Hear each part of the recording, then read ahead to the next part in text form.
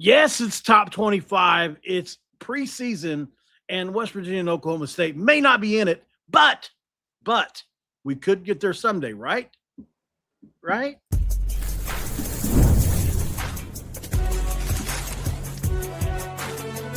You are Locked On College Crossover, part of the Locked On Podcast Network.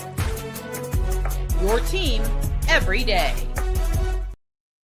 Yes. What is up, guys? It is your favorite duo. Welcome back in to Locked On College Crossover. His name is Cody Stovall with Oklahoma State, Locked On Oklahoma State. Of course, my name is Mountaineer Paul with Locked On West Virginia. Thank you guys for keeping it locked here on Locked On. Come and hang out with us, two fools, on a late night tip. You nailed it. Day, right? Traveling fools. Thank you for making us your very first listen of the day, guys, and for being a part of the Locked On Podcast Network, the number one sports podcast network in the country, where we love talking about your team, the Pokes and Mountaineers, every single day. That's on right, today's baby. show, we're going to get into some of our top and most important players to each team coming into the season. Top 33? We're going to try to do 33 players. The question about the top 25 I have, Jody, is can we get there someday? But before we do that, let's react to the top 25 itself. Are we reacting to the top 25? What do you think? The top 25 just Big 12 teams? That's all we really care about? Or the whole thing? mean, that's what we're supposed to care about. But unfortunately, when I look at the top 25, I see another year of status quo, right? Yeah. We all complain about how the preseason rankings mean nothing. They shouldn't be anything. But that's not true. Like, we all know this is strategic. What is it? Half the SECs ranked inside the top 13, 15, something to that effect, which means when they start beating up on each other, whether one of them's 4-8 or 8-4, it's going to be the conversation of, well, they were a battle-tested, tough team. They just prop each other up, so they have insurances. They get as many teams into the CFP, and it's frustrating, man. Like, I think BYU or Texas Tech could win the national title, and they would still barely be inside the top 12 next year as well, because this is always going to happen. Either we find a way to make it more realistic, make it more fair, or we do away with the preseason polls, because what this does show us is the AP voters, they don't watch ball, or actually they don't watch Big 12 ball. They probably don't watch ACC ball either.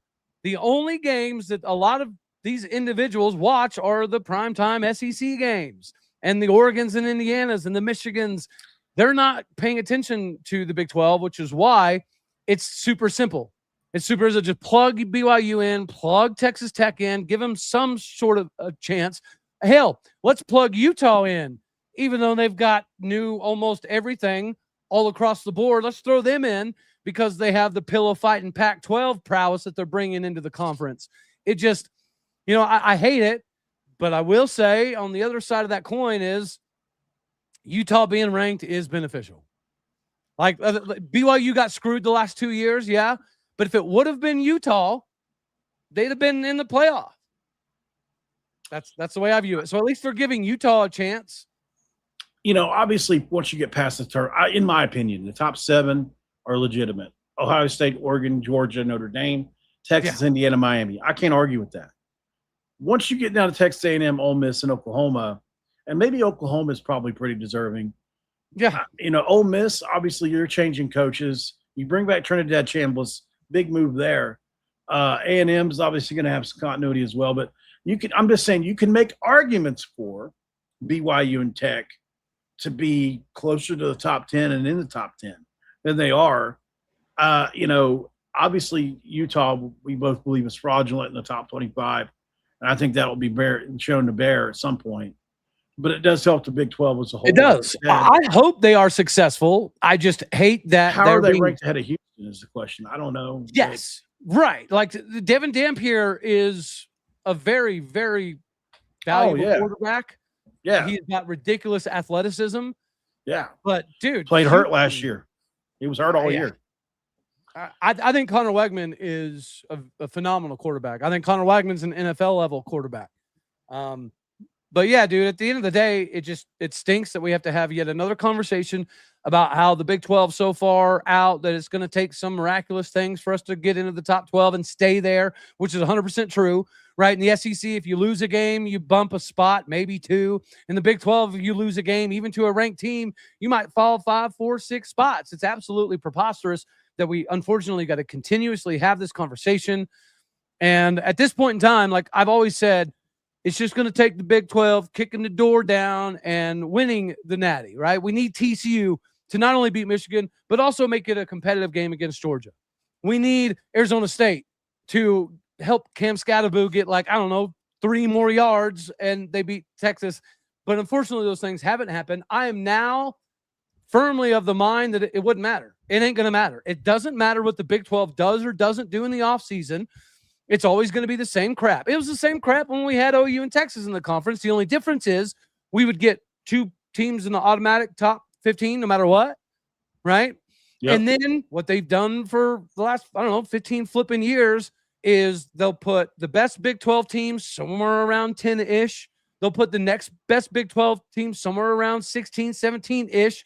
And then they'll throw a couple more at 23, 24, 22. And they'll say, look, we tried to squeeze the Big 12 in there. And it just makes, the gap not necessarily insurmountable, but the Big 12 cannot recover from losses like everybody in the Big 10 and the SEC can. And it's a travesty. It's a loss for all of college football country. And I think now if you gave truth serum to even some SEC fans, they would even say, yeah, this is starting to tiptoe into the ridiculous territory. I see 11 chances for West Virginia. So you're saying that for the Big 12 to make an indention this year, right? You start at the bottom with Colorado and Georgia Tech, probably. UCF and Pitt obviously could potentially be something. TCU and North Carolina, although North Carolina is not going to be very good, will carry cachet. Iowa State, Iowa always carries it, which Iowa should throttle them this year. They've got a really good football team. West Virginia and Virginia, I think, is right there in the top 5 biggest Big 12 games this year, along with Missouri, Kansas, Baylor, Auburn, Arkansas, Utah, BYU, Notre Dame, obviously Oregon and Oklahoma State, and Arizona State and Texas A&M. Realistically, what can the Big 12 do in these games? I would say I would favor A&M over Arizona State, unfortunately. You're going to favor Oregon over Oklahoma State. I don't know, man. A&M. I said you're going to favor. They still have Mike Elko. They still have Marcel Reed.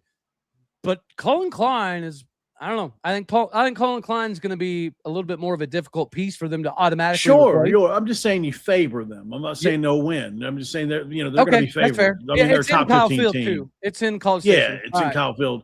BYU Notre Dame, I think, is one of the most fascinating offseason matchups in all of college football. Have to have it.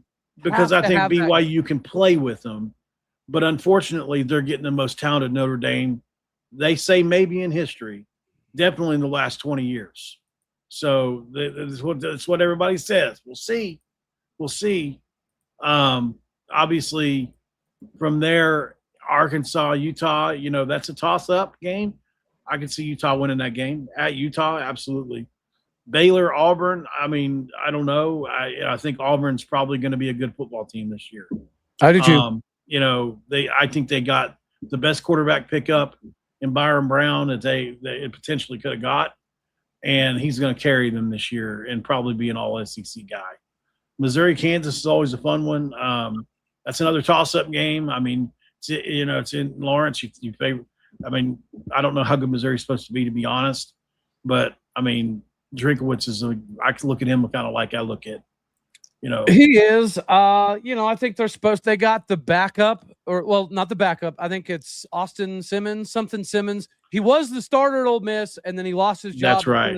Right. Talented kid, but he's. And then I think Ahmad Hardy is, a top 20 best player in all of college football. Oh yeah. But didn't he just get shot?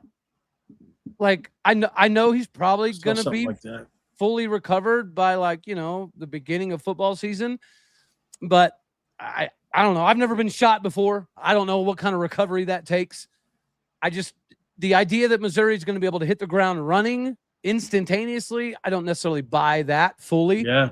So that should be an opportunity for the West Big 12. Virginia is going to be an important game, I think. Well, I'm glad you brought that up because somebody in here, somebody in the comments, I apologize for missing it. Somebody said West Virginia will be ranked by the Oklahoma State game. I think you should be, right? But I don't see It'll how. be tough. If you beat Virginia, you'll have a chance to jump But in see, there. Virginia's ranked 49th. So even beating them Right. doesn't do a lot for you. That's what I'm saying. I think you Right. should be. I think you probably deserve to be, but I don't think beating number 49 Virginia is gonna help you much. So But it would be Virginia, detrimental beyond belief if you were to lose. it wouldn't be, or it would be. It would be. That's the downfall of the Big 12 in these scenarios is we're almost in a lose-lose. Because if we lose those games, everyone's going to say, yeah, see, look, it's a Big 12. You know, they didn't deserve to be playing half of these teams anyways. But if we beat them, we're going to get a bump, right? We're going to get a bump in the polls. But the minute we lose, the talking heads are going to say, that was a fluke, right? Like, I know it's in dream world, but if Oklahoma State beats Oregon and then loses to West Virginia, well, let's paint that picture. If we beat Oregon and then we turn around a couple weeks later and lose to West Virginia, what are all the prognosticators going to say? We told you. Fraudulent. Here's a flash in the pan. Oklahoma State's fake. Oregon's going to rebound just fine because they're in the big, bad Big Ten. That's what it'll be. After the break, we'll talk a little bit more about this. What would it take for these teams to get to the top 25 someday? And what are some of our top players, most important players to the success of these teams heading into the season? We talk about them after the break. And, of course, our friends at FanDuel are here to say hello to you, and we're glad they do because, guys, FanDuel's kind of got it going on right now if you didn't know. And I'm a big FanDuel guy myself, and if you're a baseball fan, you think you know who's hitting a home run today, FanDuel is giving you a chance to call your shot with, wait for it, Daily Dingus. That's right. It's easy to play. You just make your free pick on who's going to hit a home run in their game. If you're right, you're going to receive that profit boost to use on your next chance to bet for a chance at extra winnings, not extra innings. I see what they did there. Best of all, you can make a free pick every day throughout the Major League Baseball season, which is always a good time for a long time. And Daily Dingus is another fun way to stay engaged with every day's games, whether you're following your favorite team, keeping an eye on matchups across the league or what have you. Every game has someone capable, every single one has someone capable of going deep. Now you get the chance to make your prediction before the pitch even happens. It's a big deal. So, obviously, what makes it so exciting? Well, there are going to be certain players where every at-bat feels like something big can happen. Shohei Ohtani, even like Barry Bonds back in the day, guys like that, man. That's what makes Daily Dingus so fun for you. You get to be back and back the player that you think is going to go deep that day. Chicks dig the long ball. Are you ready to play your game today? Join all the action at FanDuel.com and to FanDuel.com where you can play Daily Dingus and make your free pick on who's hitting that homer. Play ball, swing for the fences on FanDuel today, an official sportsbook partner of Major League Baseball.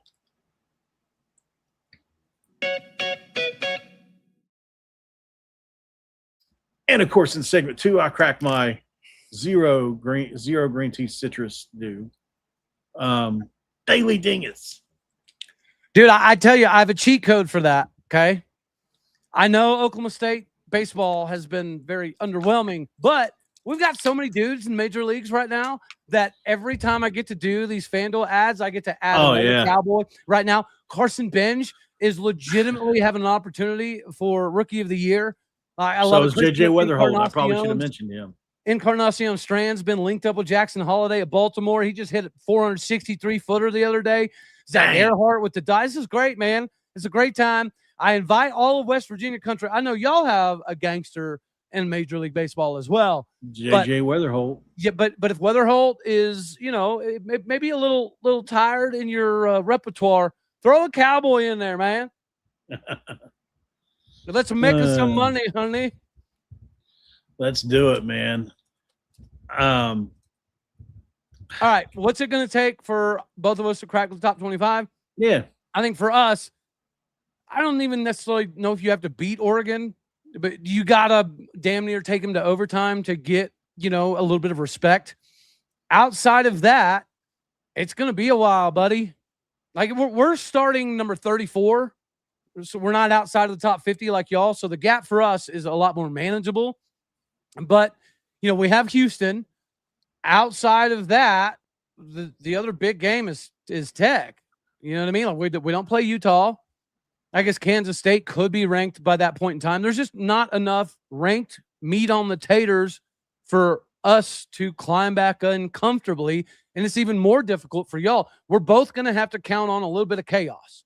We're going to have to go 4-0, I think, to get close, to start getting votes and maybe get in, depending on what you guys do in your first few games. If you guys beat Oregon, then it's no brainer. But let's say you guys are 2-1 and we beat Virginia, then beat you guys. I think that at that point we would probably get in or be close. Well, I tell you this, man, whether I'm in Morgantown for that game or not, if we lose to West Virginia after beating Oregon, I'll be burning my couch in my own damn house. The odds of that happening, God, I wish it could. I mean, it would be worth it for you. You'd take it, wouldn't you? I'll be honest. Right now, if I said you get to beat Oregon, but you lose to West Virginia the next week, you'd say, sign me up, bud. Yeah, I would. And I'll tell you why. Because that would be a feather in the cap for the Big 12. Well, and for you. I know that. But I'm saying, like, even if the teams that we were to lose to after that, they would get respect. So, like, yes, if we beat Oregon and then y'all beat us, you're easily in the top 25. No brainer. Right?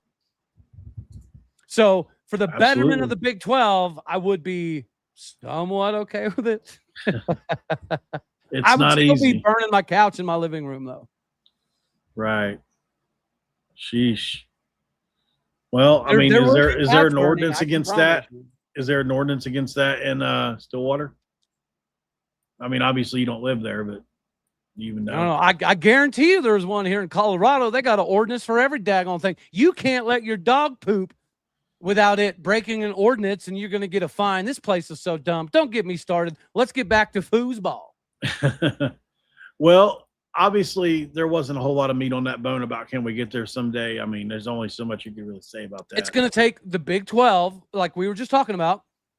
It's going to take Oklahoma State beating Oregon. It's going to take BYU beating Notre Dame. It's going to take North Carolina going down. It's probably going to take something like an Auburn loss to Baylor. But even then, see, here's the problem. If Baylor beats Auburn, what are people going to say? Oh, yeah, it's Auburn. It's Auburn. They're having a bad year. Their first-year coach.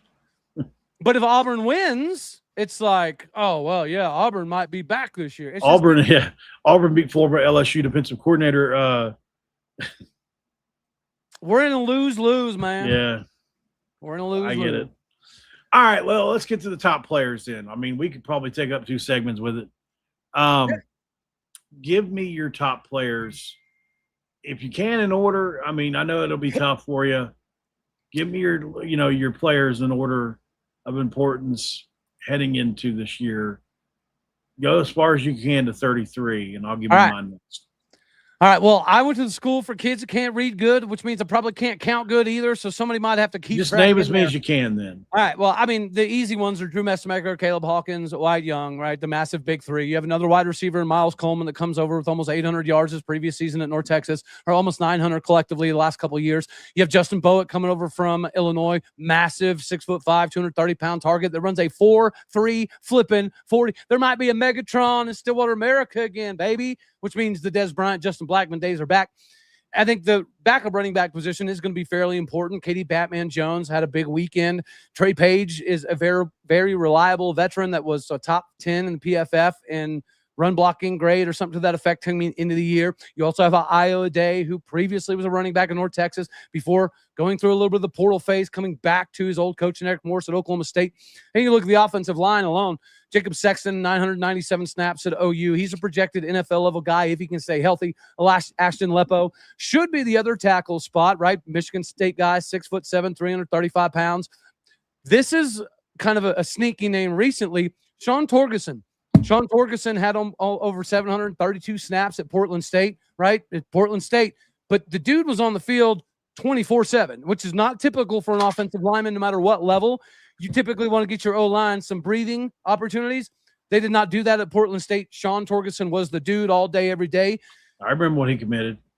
He's probably going to factor into this. He's probably going to factor into this O-line relatively easily. Tight end position, I've been pretty high on Don Green. If he could get back to that consensus 4-star, 5-star All-American dude at A&M, we're on to something. But he's been passed up. He's been passed up by Oscar Hammond. That is coming back. He was a Cowboy last year, but he got injured, so we didn't get to see him. He does have a former North Texas connection before coming to Stillwater. He's emerged. And then Carson Cole coming out of Oregon State was a linebacker, now been converted to tight end. He's the one that's kind of, taken the bull by the horns per se, had himself a nice little 20, 30-ish yard touchdown over the weekend as well.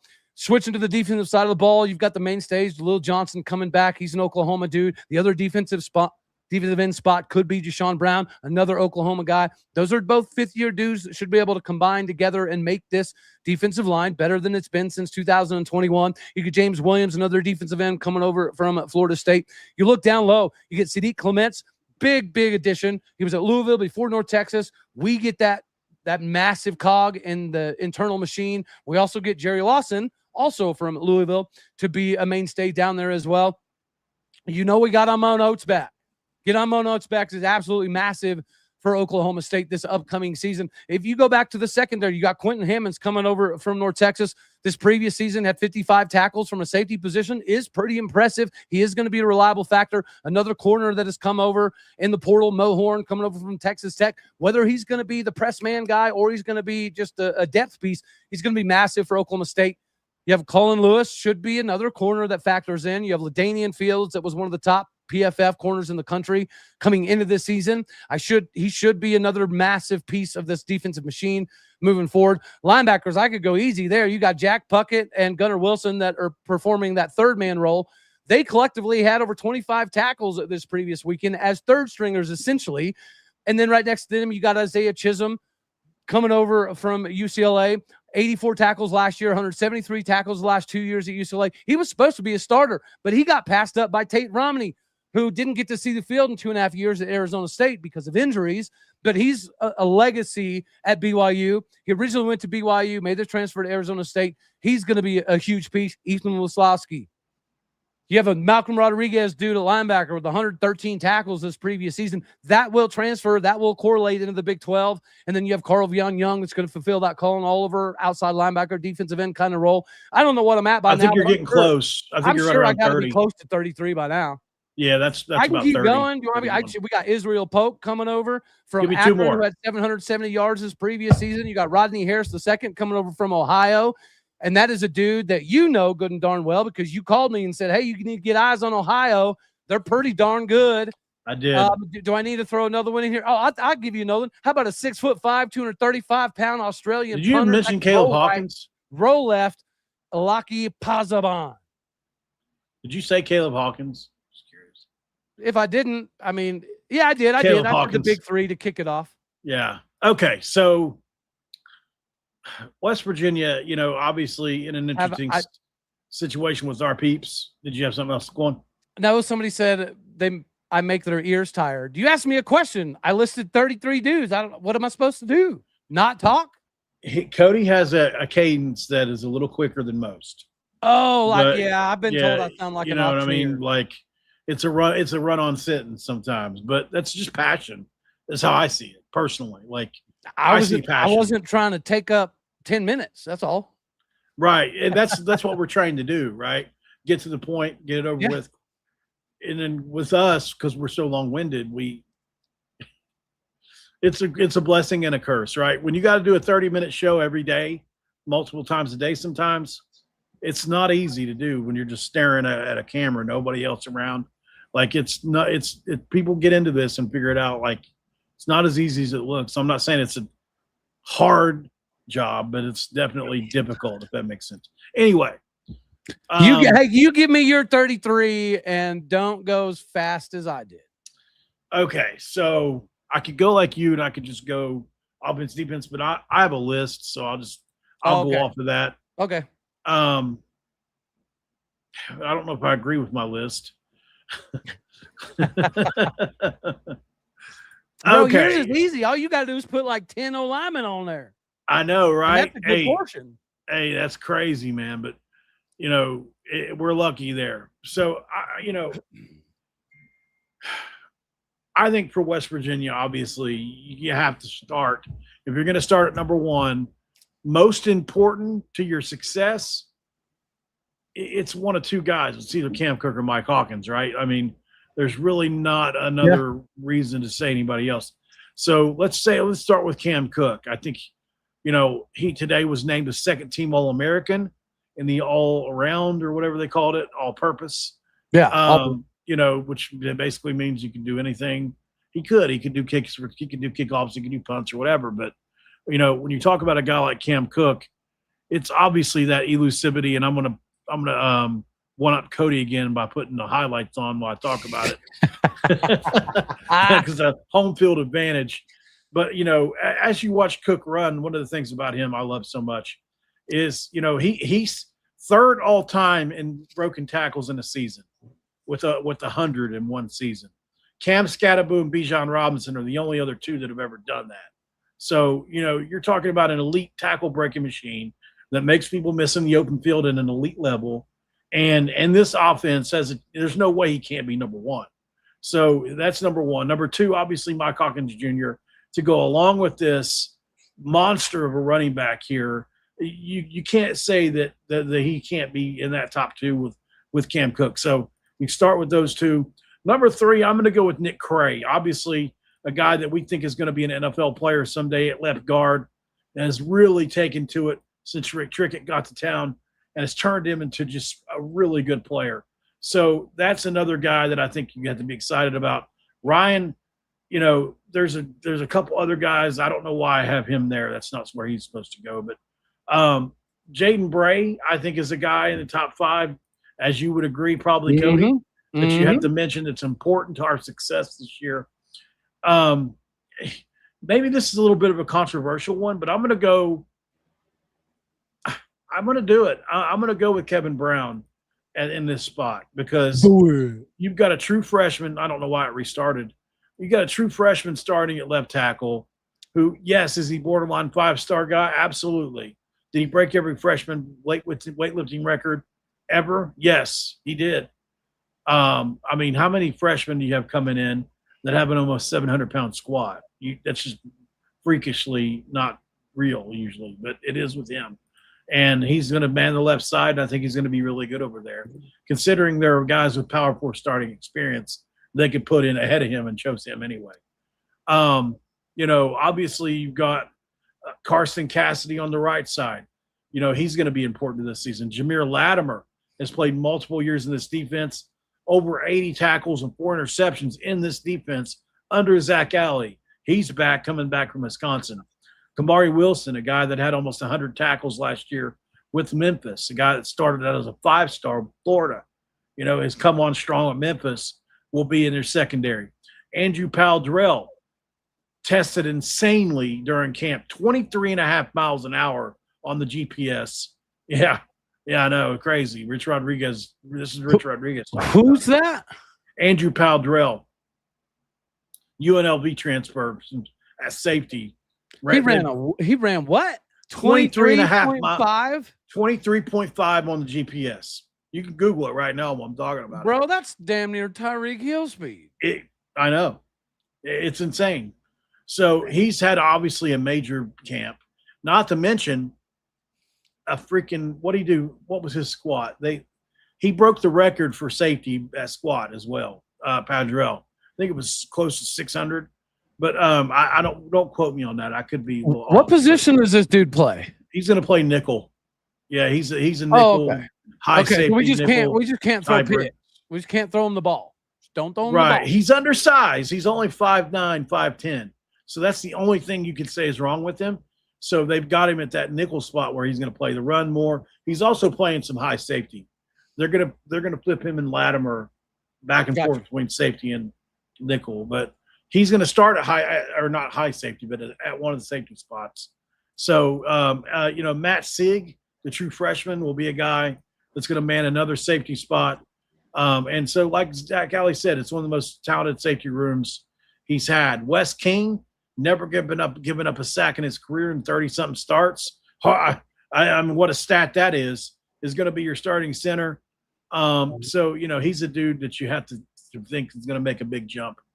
Harper Holloman is a guy at Western Kentucky that led the Conference USA in havoc rate, pressures, had a bunch of sacks there as a really good player. We think can add to our pass rush. Amari Grayson obviously started a bunch of games in this offense under Rick Trickett, brought him with him to Jacksonville State, starting at right guard, will be a really good player, one of our most technically sound players on the team.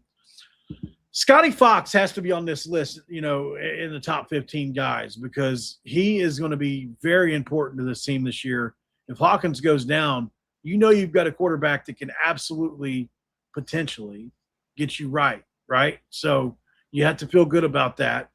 Amari Latimer, the freshman running back sensation, who I think is going to be guys, when I talk about players I'm most excited about this year, it's this kid here, right? The Georgia Player of the Year, turned down Miami and Wisconsin to come to West Virginia. He's 6'1", he's 235 pounds. And in my opinion, he's taken RB1 carries in this offseason, and Cam Cook is in your backfield. The fact that this kid is even pushing Cam Cook should tell you a lot about him. So, at the end of the day, this is a kid that should have went to Notre Dame or somewhere. We got him. We're grateful. Hopefully we can make something out of it. But he's your running back number 2, and he's going to be really important to the season. So there are other guys. DJ Epps is going to be really important, a receiver. Prince Strawn, obviously, is 6'5", much like your guy, is going to be really important as well as a receiver, because he's just red zone. He can run. He can go outside and do all the things you need him to do. We mentioned Bray. Cam Torber is somebody I've been on for a year, Cody, pounding the desk for. He's going to start at Jack Backer this year, which is a blitzing kind of linebackers. Zach Alley blitzes more than any coach maybe in America, but definitely in the Big 12. Brian Hansen is the first-team All-Big 12 punter preseason. I think he's going to be a guy that's going to be big for us this year in field position. Nobody talking about that yet. Heck yeah. Tyler Stolsky is a guy that I think is going to be really good at linebacker. Probably a backup as of right now, but I wouldn't be surprised to see him slide into that lineup with Ben Cutter to play linebacker. Darius Wiley's a 6'7" pass rusher that we got out of JUCO last year. He's a freak athlete. He just needs to put it together. John Nider out of UConn is a guy that just really solid player for them last year. Cam Ball, 6'7" tight end, comes in from Mississippi State. He's been really good in the red zone, we're told. Cam Griffin plays all 5 offensive line spots, as does Landon Livingston, which is probably one of the most shocking things that happened this week. And I think I'm down on my last 2. Landon Livingston is your third-team center. He started last year and was pretty good at times. He's Remington Award list guy this season, but he's third string now. It's shocking to see that, Yeah, that's crazy. Guys getting you got your Remington Award preseason guy, and he's your third stringer. Yeah. So John is a 6'4" corner that Zach Alley went and got out of Georgia State, and he has been as advertised this offseason. They needed to get bigger and longer in the secondary, and they went and did that. And then I'm going to throw in the Cowboy Caden Luke here at last, man. He's a guy that they're going to attach him onto the formation. Then play some 12 personnel. He'll be in the game as a fullback, playing on the edge attached as a tight end, and is a dude that he's bulked up to 250 pounds. Cody, you would love this kid. Listen, I have to show you a picture of him. I don't think I have it may not have it, but I'll get it. And, he wants to be the next Owen Schmidt, right? So he's been kind of doing, I know, right? You know my thoughts on Owen Schmidt. Well, it's funny. Owen Schmidt actually called him, right? This is no lie. Oh, that Owen was true? Schmidt just said this the other day, because Owen Schmidt is famous for bashing his head against the helmet. Yeah. Yep. And yep. Caden Luke, whenever he night, did his, whenever Caden Luke did how they do the camera, it goes around him and they're all posing. He was pretending to bash his head on the helmet. And Owen Smith said, look, he said, I called him. He said, listen, man, that wasn't fake from me. He was like, I really was bashing he's like, I was really like nuts, breaking face masks. Yes. Like, he's like, so, don't just do it for theatrics. Like, actually stick your face. Like, he kind of called him out. He said it live on a podcast the other day. It's probably like, don't be like me and slam your head into a helmet for CTE purposes. But at the same point in time, don't be an actor. Like, if you're exactly. That's what he was saying. Don't be an actor. Dude, if you're going to be a Brian Bosworth, then be that. And he's got the potential to do it. He's a really tough player. I mean, look at that. Isn't that perfect? I love he's it. Even got the Owen Schmidt haircut. Dude, Owen Schmidt was amazing. He was like, a college version of Mike Allstott. 6'3", 250 pounds and ran a 4.5. Like, those dudes don't come around every day. And he was a walk-on from Wisconsin Whitewater, where Leopold was, obviously. I don't think Leopold was there when he was there, but yeah, it's really interesting. Did we miss an ad break? Yeah. Let's get to it. We'll get to that ad break and we'll finish the show right after. Have you got Game Time pulled up? I don't have it pulled up, Cody. If not, I can get it really quick. Bring it on, man. Somehow I've clicked off of it. We'll be right back after the break. That's right. Game Time is the bee's knees for all of your ticketing needs. And it's not just sporting events, right? We all know that concerts, music, comedy, get your theater on, all with Game Time. There's more live events than ever that you need to go get eyeballs on. Between the long waits and the confusing checkout prices, crazy surprise fees, buying tickets can sometimes be an absolute crapshoot. That's why so many fans are turning to Game Time, the app that is built to make buying tickets super simplistic with upfront pricing, see views before you buy, and exclusive saving opportunities that help get you the benefits that you want without the usual hassle. What I recently was able to do was go take my son to the Muscadine Bloodline concert. My daughters were able to go see Casey Donahue right up the road here. Compliments of our friends at Game Time Tickets. So I'm greatly appreciative that it allowed my old fogey self to get out of the house and experience a little bit of life's comforts. So take the guesswork out of you buying tickets. Go see some Muscadine Bloodline, Casey Donahue yourself. Buy tickets of every style with Game Time. Download Game Time app, create an account, use the code LOCKEDON, all one word, for $20 off your first purchase. Terms apply, but create that account. Redeem that code LOCKEDON, locked on, for $20 off. Make sure that you go download Game Time tickets today.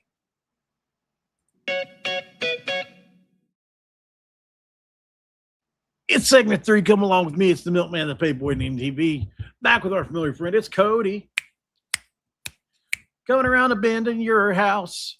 What was that? Did you expect me to say Yas Queen or something after that? I don't know what. Well, I didn't do this. Oh, anyway. Okay. All right. My bad. Well, listen, I'm over here sweating like one of my exes that I tried to take to church, but she couldn't stay in that daggone place.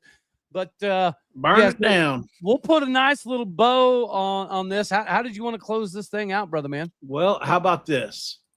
I picked the amount of games I think West Virginia is going to win this year.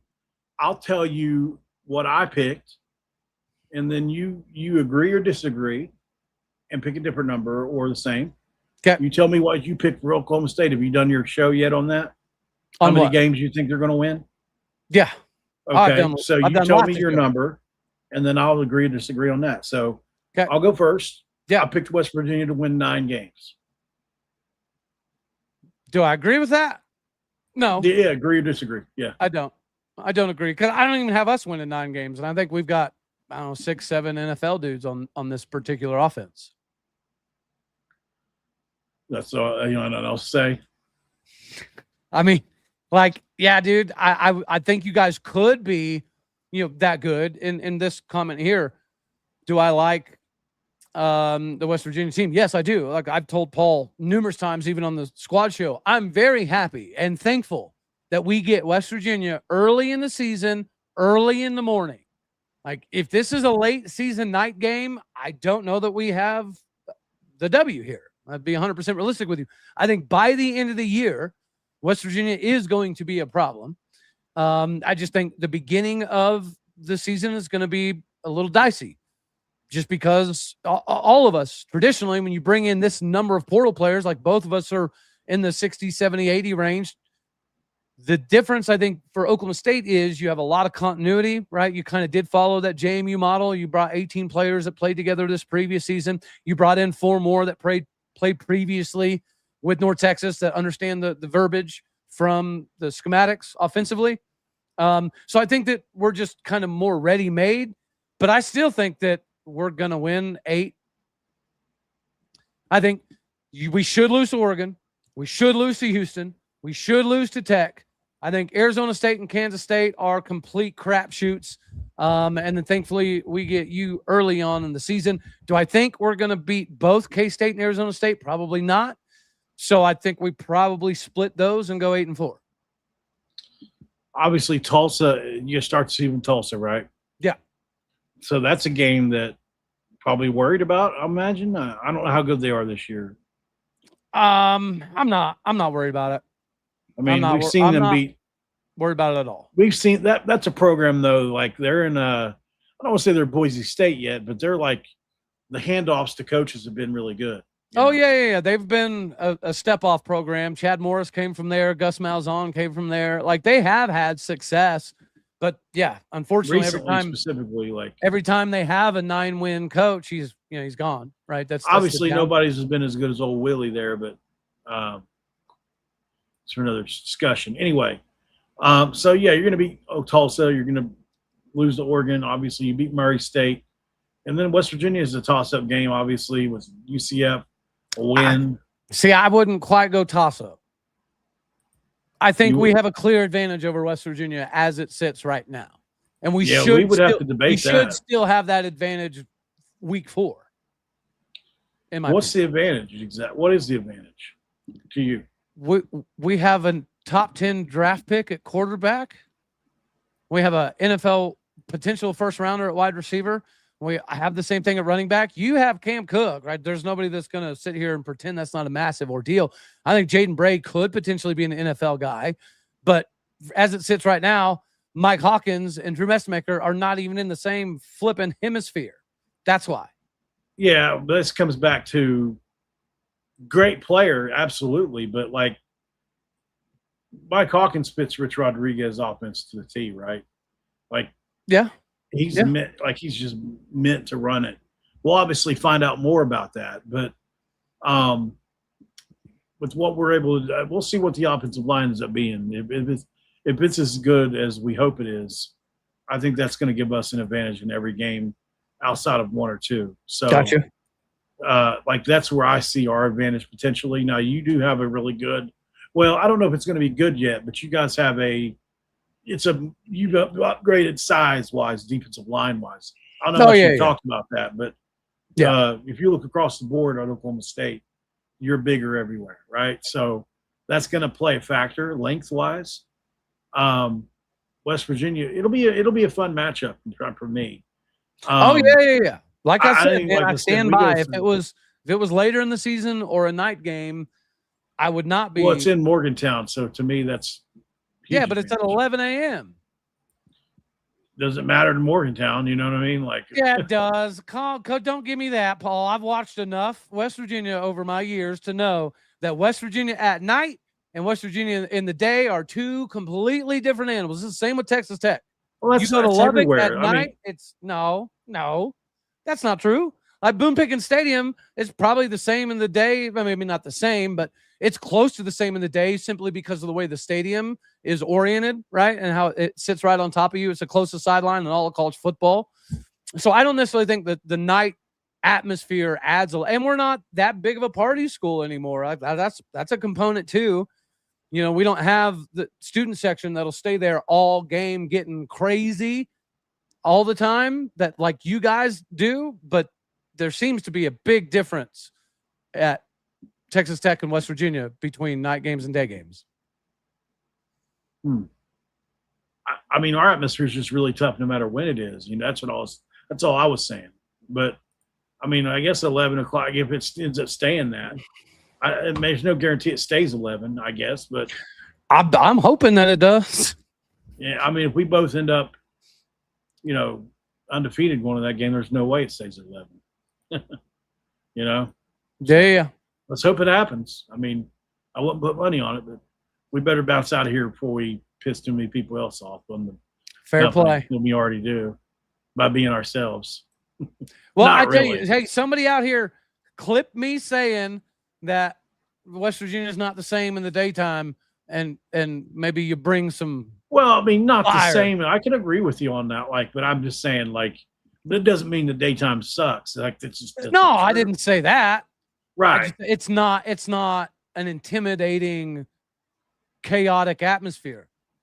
Like I said, when I was growing up watching y'all play at nighttime, like the couch burning thing, I know it's a running joke, but that's like part of it. Like that's what you knew. If you went to Morgantown at nighttime, you damn sure better win. And even if you did win, you better be prepared to go out in the parking lot and throw a couple of hands or two. So I don't know. It doesn't allow, day games don't typically allow people to get as riled up because you're not spending all day tailgating and drinking and, getting in back and forth. Day games are typically not as crazy. And then when you have a unique place like Morgantown, like Lubbock, I think those places thrive a little bit more than other locations at night. That's all. Guys, thank you for being here. We will be back, obviously, tomorrow to talk more with you guys. Hopefully you enjoy that.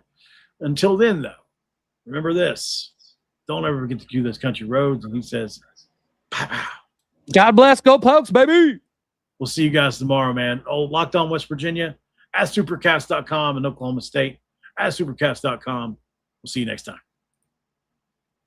Okie dokie. Pokes will lose to West Virginia.